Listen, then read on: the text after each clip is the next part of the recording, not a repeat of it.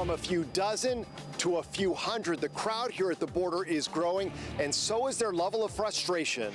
New developments surrounding the Maya Miliete case, this time over the possible sale of her house. Are your breast implants making you sick? We'll explain the new research that ties symptoms to an illness, and there's a new name for it. We're getting ready for California State Parks Week. And La Mesa's Amy Stevens is the world flowboarding champion, and you're about to watch her winning ride. CBS 8 News Live at 6 starts now.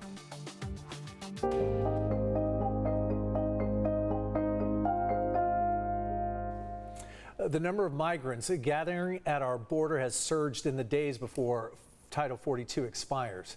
Good evening and thank you for joining us. I'm Carlo Cicchetto. I'm Marcella Lee. This is something border officials have been bracing for, and it is starting to hit hard. The video that you see on the left is what it looked like last week. What you see on the right is what it looks like today. CBS 8's Steve Price is live tonight with a first-hand look at what's happening at the border. Steve. And Carlo and Marcella, just within the last half an hour or so, there have been a few changes out here. I want to focus your attention on the fence behind me. If you look through it, you will see that van over there. That belongs to Border Patrol. Those agents just showed up a short time ago. They've been handing out water, granola bars, and hope in the form of wristbands. But at this point, no one's really sure what those wristbands are for. This video taken just minutes ago. Border Patrol lining migrants up. Women with young children, men traveling alone, couples. They're being handed wristbands that they hope will help organize what's been a chaotic process. I've been here 4 days. Brian Scott's lips are sunburnt, and he, like many out here, hasn't eaten for days. But for a chance at a better life than what he had in Jamaica, he says it's worth it. You're either going to get killed by the police, you're going to get killed by gangsters, or you're going to rot in jail. And I don't want none of that for me. I'm just 28 now. Frustration out here is growing. The situation seems unorganized. Border Patrol handing out numbers on tickets, but then randomly choosing groups of 50 or so that get to begin the process. So why you give us this and you don't take us? And you take random people that just came maybe 1 day ago or 2 days ago. I'm here 4 days now. I can't live like this. I'm just trying to live a better life. Human rights organizations from the U.S. have been handing out food and water. And look at this, volunteers charging dozens of cell phones so the migrants can stay in touch with loved ones back home. The crowd out here noticeably larger than just a day ago, with more women and children. The fear is that the growing chaos will lead to violence. We would hope that Border Patrol could provide a little bit of more structure, a little bit of more process, even if they know that they're going to be waiting here for a while. It would make sense to provide some basic information to the people so that they can collaborate collectively. Our camera spotted an ambulance taking away a pregnant woman, but others with serious health concerns are left behind, including Brian, who suffers from lupus. He desperately needs medicine, but would rather stay here and take his chances than return to Jamaica.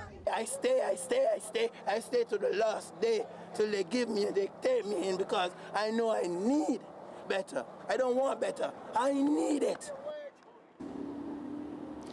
Yeah, a lot of frustration out here. Once again, people have been handed those tags with numbers. They've been handed wristbands now, but no one really understands the process even now. They're hoping to get some more clarification. But what I can tell you, Marcella and Carlo, is that as the sun is going down, the temperature out here is dropping quickly. It is getting cold out here, and a lot of these folks fear that they are going to be here for several more nights. Some good news to pass along, though. We've talked to some volunteers, and they said they are going to be bringing a lot of food around 6:30 or so to pass through to these folks, many of whom have not eaten for several days. And Steve, we know a lot of the migrants come from Mexico, Central and South America, but they come from much farther than that as well. Where are you seeing migrants coming from today?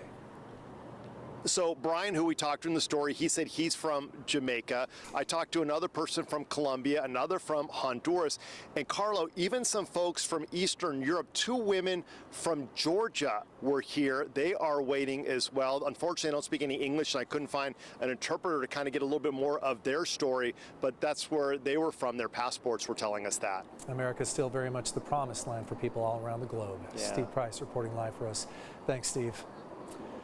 Today, San Diego Mayor Todd Gloria is highlighting how his new city budget plans to solve homelessness. Just hours ago in Barrio Logan, Mayor Gloria talked about the $78 million plan.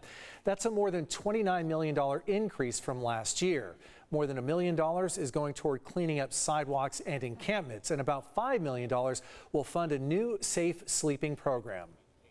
Like all of our shelters, these sites will be operated by an organization that provides a full slate of supportive services, with the ultimate goal of helping people to get back on their feet and moved into long-term housing. Today's conference was held at a former Travelodge motel that will be turned into a family shelter this summer. The first safe lot will open at 20th and B Street in July. The second will open this fall at the O lot in Balboa Park near the Naval Medical Center. The Chula Vista house of a missing woman, Maya Miliete, may soon be sold, according to court filings asking a judge to appoint a conservator over the estate. Maya's husband, Larry Miliete, remains in jail, charged with murdering his wife. As CBS 8's David Gottfredson reports, the husband's attorney says no mortgage payments have been made on the family's house in about a year.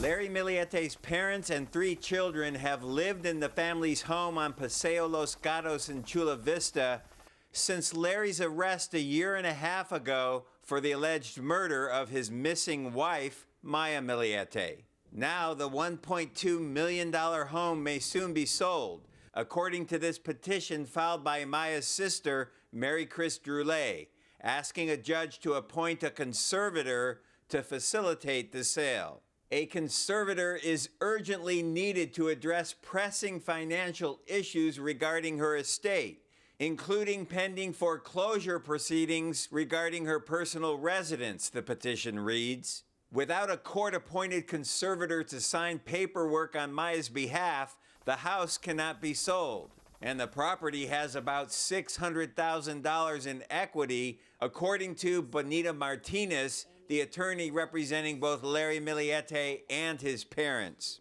There's no income coming from Larry and Maya. There's just no income at all. So the bank gave Larry's parents a forbearance not to pay the mortgage for a year, Martinez told me in a phone interview. Martinez also said she's not opposed to a conservator being appointed and the property being sold.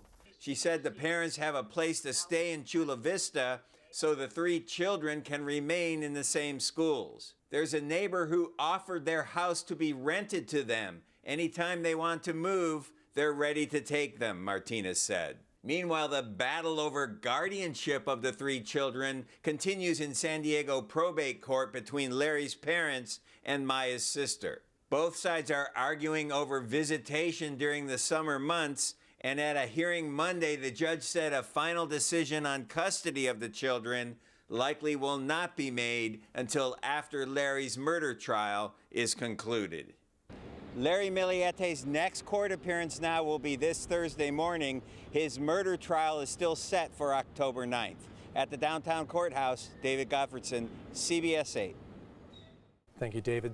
An update for drivers in North County. All lanes of State Route 78 are open again. All lanes from College Boulevard to El Camino Real were just reopened a couple hours ago. 2 of those lanes reopened earlier this afternoon. A huge sinkhole opened up there back in mid-March, caused by all that heavy rain we got and aging culverts there. Caltrans crews have been working on repairs along the stretch of the 78 ever since. Are breast implants making some women sick?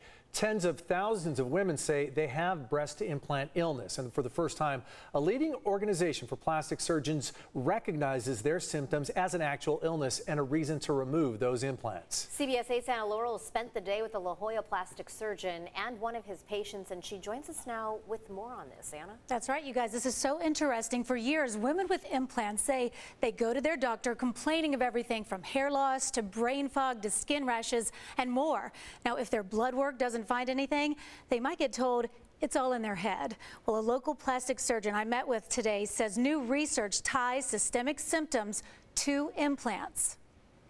I didn't even know that this illness existed.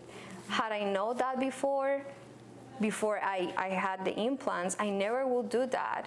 because it's extremely risky. Alejandra Lozano was 18 when she got breast implants. We are told that the more beautiful you are, the more value you have. Several years ago, she started having medical issues no one could explain. Bumps, chronic diarrhea, mental fog all the time. I'm still losing my hair, my memory. I was like, why my memory is so bad? 3 months ago, an itchy rash started on one of her breasts, and for the first time, she discovered breast implant illness, or BII, on Google. And I start crying, but I feel a relief, like, oh my gosh, I finally know what I have. I never linked the symptoms to those implants, never.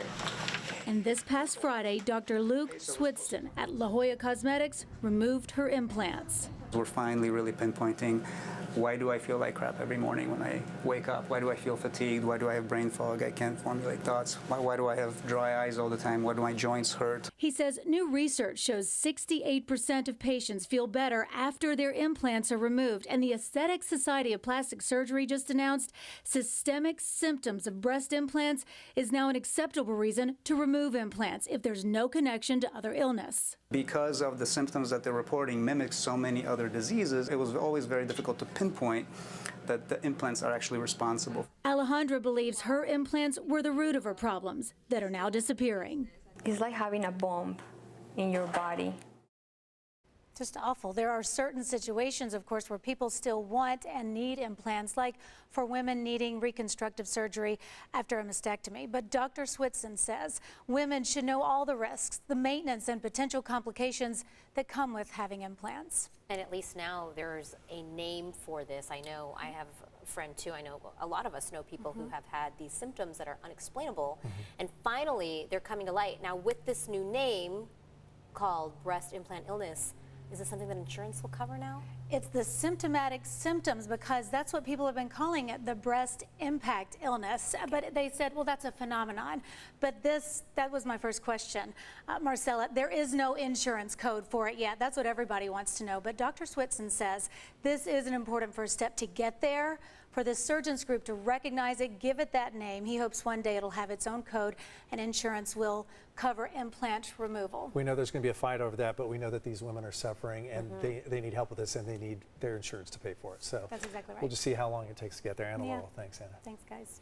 Still ahead tonight, can scammers use artificial intelligence to replicate your voice? We verify.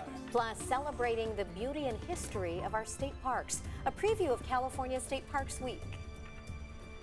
Well, we had some cloud cover starting to roll in about a few hours ago, but we're basking in the sunshine by the afternoon hours. More cloud cover, cooler temperatures. It's another storm system by the middle of the week. All those details coming up. And up next, California's Reparations Task Force announces its final recommendations before they go to state lawmakers.